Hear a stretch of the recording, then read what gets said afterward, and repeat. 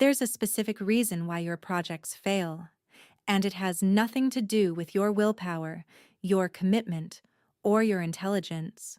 It has to do with your mouth. Every time you share an intention before it materializes, you're sabotaging the process. It's not superstition. It's not magic. It's neurology. It's vibrational physics. It's the way human consciousness works. The great spiritual masters practiced their disciplines in silence. Medieval alchemists guarded their secrets with their lives. And it wasn't paranoia. They knew something that modern science is finally confirming. Jacobo Grinberg, one of the most brilliant researchers in the field of consciousness, dedicated his life to studying how the mind interacts with what he called the neural field, an invisible matrix where all possibilities already exist. And he discovered that those who manage to tune into their own internal frequency begin to experience extraordinary synchronicities. But here's the detail that no one tells you. The most powerful results come when you work in secret, without external interference. How many times have you had a brilliant idea? You were excited. You felt that this time it would be different. And then you told someone about it. Maybe a friend, maybe a family member. And suddenly something changed. The excitement faded, doubt surfaced, and that project that seemed destined to come to fruition came to a standstill. It's not bad luck, it's a precise mechanism. When you share your plans before carrying them out, you open up an energetic space.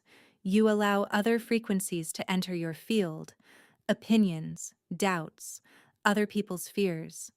And these frequencies taint the purity of your intention. But there's also a neurological factor you need to understand. Your brain doesn't distinguish between talking about something and actually doing it. When you reveal a project, your brain releases dopamine, the pleasure neurotransmitter. It gives you the feeling that part of the work is already done. And you know what happens? You lose the motivation needed to take concrete action. That's why so many people talk a lot and accomplish little. They're burning their energy on words instead of actions. They're using up their fuel before they even get started. Look at those who have built something extraordinary in life, those who have reached high levels of consciousness, those who have accomplished feats that seemed impossible. They didn't go around telling everyone about it. They acted first. They spoke later. They protected their energy as their most precious asset. Because it is. Now the real question is this: why does it work this way? What is the hidden mechanism? It's not enough to say, silence protects your energy. You have to understand what that means on a deep level. Your reality isn't fixed. It isn't an objective fact. It's a projection of your consciousness that manifests through the field of information surrounding you. Grinberg called it the neural field. Others call it the quantum matrix. The name doesn't matter. What matters is understanding how it works. You constantly emit a frequency, a vibrational signal, and this signal attracts experiences that resonate with it. This isn't abstract philosophy. It's the way consciousness interacts with matter. When you hold an intention in silence, that frequency remains pure, focused, and coherent. But when you expose it to the world, it fragments, disperses, and becomes contaminated by the frequencies of others. And here's the part that no one explains to you. Your subconscious is recording everything, every word you say, every reaction you receive, every doubt you perceive in the eyes of others. And it uses this information to confirm or deny the possibility of what you want to manifest.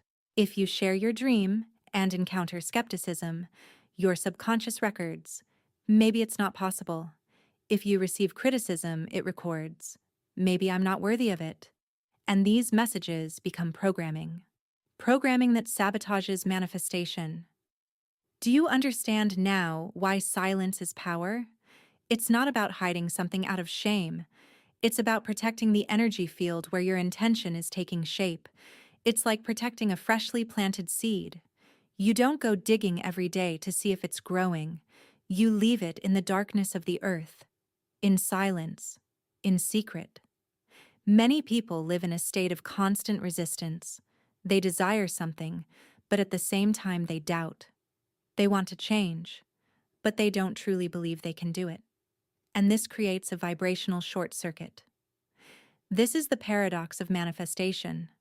The more anxiously you desire something, the further you push it away, because attachment creates resistance, and resistance blocks the flow. Carl Jung had intuited this while studying synchronicities, those events that seem like coincidences but are actually signs of deep alignment.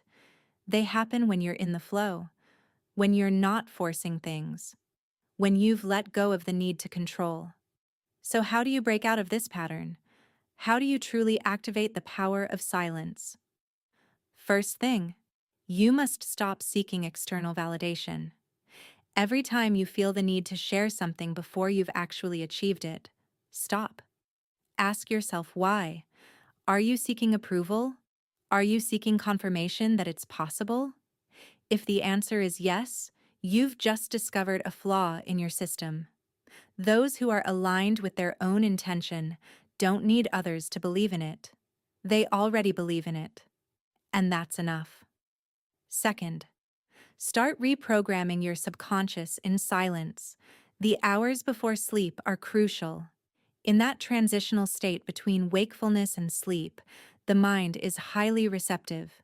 Use that moment to visualize, to feel, to emotionally experience the reality you want to create. Don't say it, feel it. The subconscious responds to emotions, not empty words. Third thing, practice non-resistance. Stop fighting against your current reality. What you resist persists. If you fight against lack, you reinforce the idea that lack controls you. If you reject your situation out of frustration, you vibrate at exactly the frequency that keeps it active. The key is to find balance, to desire something without becoming emotionally dependent on it, to act with intention without tension, to trust the process without obsessively controlling the results. When you already feel whole right now, your vibration rises, and what you desire can arrive more quickly.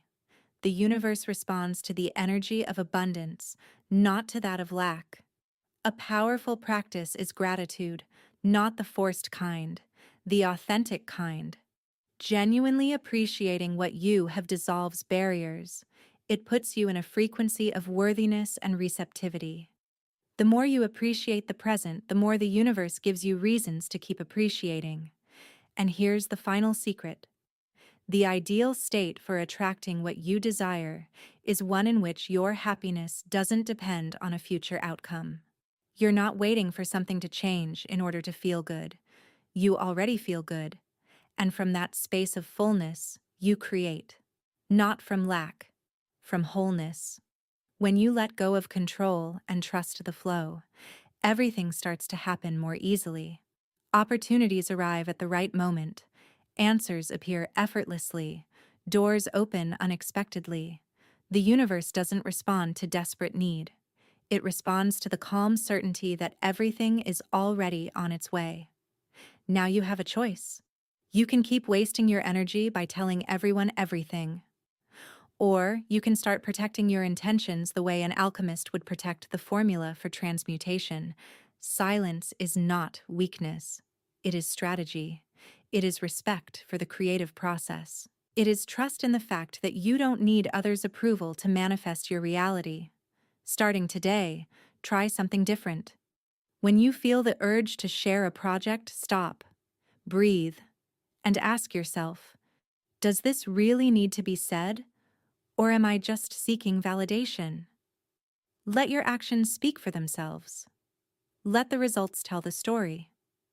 And watch how, in the silence, the universe begins to move in ways you could never have predicted. Not because it's doing you a favor, but because you're finally stopping sabotaging yourself. If this message resonated with you, leave a comment. Share it with anyone you think might need it. And remember, the greatest power isn't what you show the world. It's what you hold within yourself, in silence. where no one can taint it. The secret is in your hands. Use it wisely. And watch what happens when you stop talking and start creating.